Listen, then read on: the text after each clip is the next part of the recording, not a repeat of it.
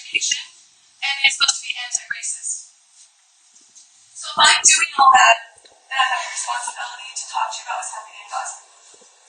So I'm going to start off and I'm going to say that this is not about religion. It has nothing to do with religion. Okay? This is not me criticizing religion. This is me talking about one country and what it is doing and what my country is doing right now that is wrong. Okay?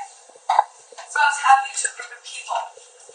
Now you guys studied the Holocaust in middle school, right? Yeah. Okay? And you studied that as a really horrible thing, correct? And it was. It was an awful thing. Genocide's horrible. There are approximately 8 or more genocides happening right now in the world.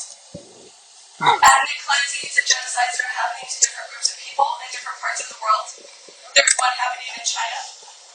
Alright? But we're not funding that one. We have said things, but we're not really taking a very big stand to stop it as a country. We haven't put strong sanctions on China. Okay?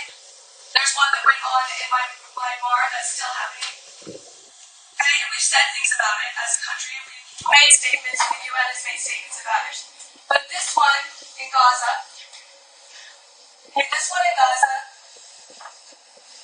our country is funding. Your taxpayer money for decades has been going to support the occupation of Palestine by the Israeli government. Okay? Please make sure you are understanding. I'm talking about a government. I'm talking about an occupying country, a country that occupies another country, or a group of people that occupy it. Alright? We have been funding that occupation with our tax money. After October 7th, this is not new. Okay? We started giving money for it. So let me explain to you what Gaza is. Gaza is a strip of land. It's about the size of Richmond. That was walled in 2006 by the Israeli government. We're talking it's walled. There's a wall around it. Those people are stuck in there. The only way in and out of Gaza is through Israeli checkpoints. Soldiers letting them in and out. The only things that can get in is what comes in through those checkpoints. Nothing comes in through the sea. Israel does not allow ships to come in through the sea and bring things to Gaza. There's a very small part of the sea, the Mediterranean, that Gaza people can fish. If they go out beyond that point, they can be shot, either by the Israeli government or the Egyptian government. There is a checkpoint at the Egyptian border. Nothing except humanitarian goods come in through the Egyptian border. So those would be things people need, like medicine and supplies like soap, food, clothing. No military, any type of equipment comes in. Gaza does not have an army. It has a makeshift government that was elected in 2007, a year after the wall was built. That's what Hamas is. Hamas is resistance fighters.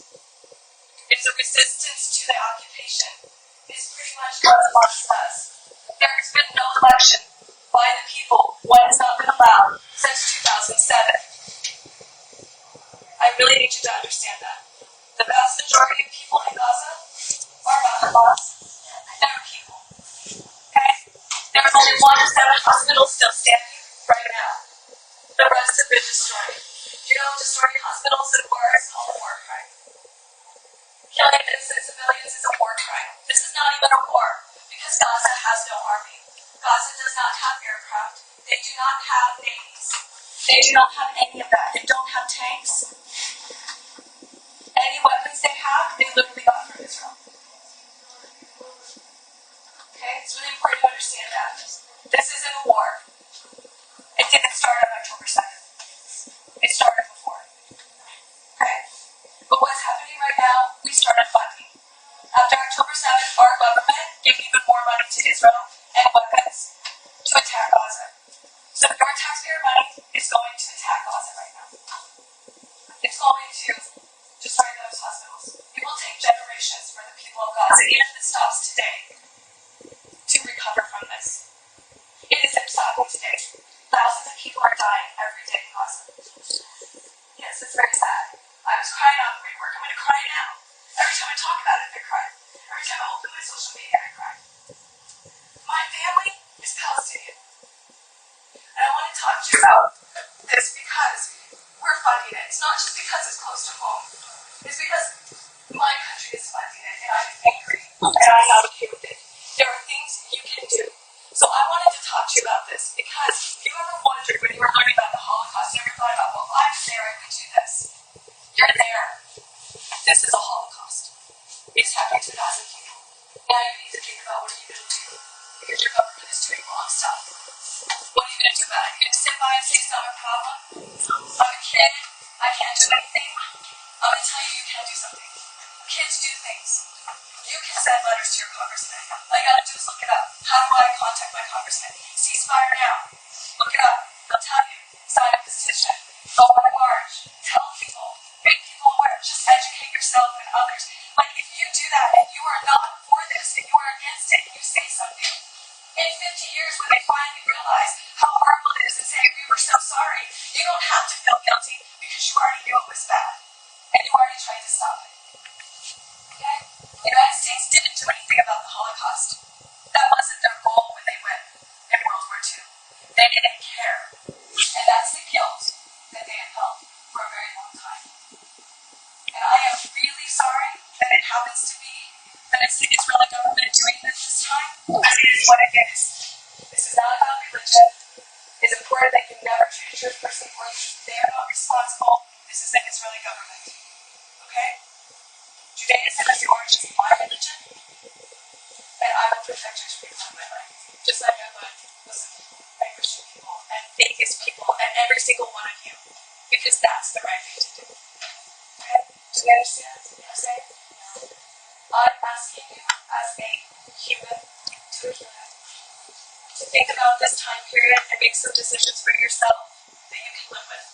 And I'm telling you right now, I felt like I had to talk to my classes because I'm having a hard time having it every day and doing business as usual. And I feel like very much like I can't do much about this.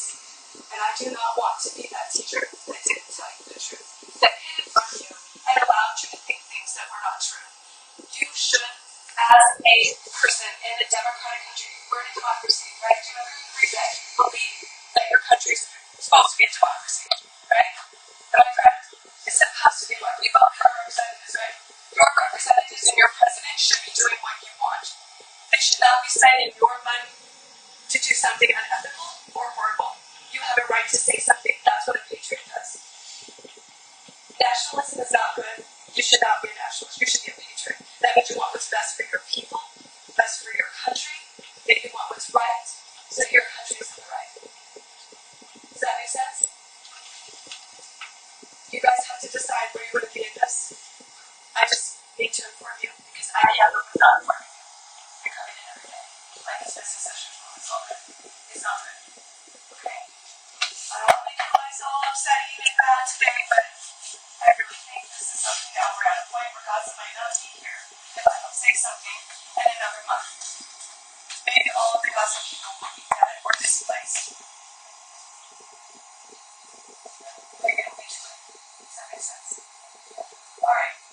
My image on my board, so part of what I've been doing, because I physically can't go on marches right now, I just won't make it. I sign petitions. Okay? I posted in my social media only things about Gaza. I'm really careful to make sure that I'm posting things that are just giving, like, facts of what's happening. Educate yourself. If you think that everything I'm saying is a lie and I'm giving you propaganda, go prove me wrong. Please. Go for it. Okay? I have no problem with that. This image is part of me supporting Palestine. Me wearing the kufiya. She's wearing the kufiya. This is a very old Palestinian scarf. It has come to represent resistance, but it's not what it was. It represents Palestinian culture. It is the fishnets of the fishing industry. It is the olive leaves of the olive tree, which is a big industry and has been in Palestine for thousands of years. The borders are the trade routes that go through the Levant through Palestine. They are the oldest trade routes in the world. The oldest Christian community that still exists today is in Gaza, and it is being exterminated. There were 8,000 members left of that society, of that community in Gaza on October 7th. I don't know how many are still alive. You're not just dying from the bombing. There are like no hospitals. There's one hospital. There's no fresh water. They're dying from a lot of things right now. But bombing is the big one. The oranges are another industry. Okay? She's wearing a Palestinian dress. It's traditional with the traditional type of Palestinian embroidery on it. The watermelon is the Palestinian colors. That was one of the things that they grew, but it became this symbol for Palestine because in 1967 you got arrested if you wore a Palestinian flag or Palestinian colors. So they started using watermelons and putting watermelons in their clothes to represent their people. Okay? The key that is her earring is the key of the houses that people had to leave when they left in 1948 in diaspora and have not been allowed to return back to Palestine. The Gazans have their keys, but they have no houses because they are flat. They are gone. They don't exist anymore. Okay?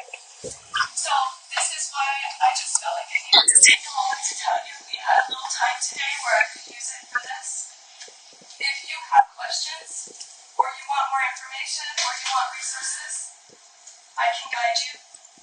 I'm not going to educate you in all of this, but I do implore you to educate yourself. Okay? Being a patriot, being a good citizen means expecting your government to do the right thing and forcing them to do so. Okay? That's what our Declaration of Independence literally is about. In case you don't know.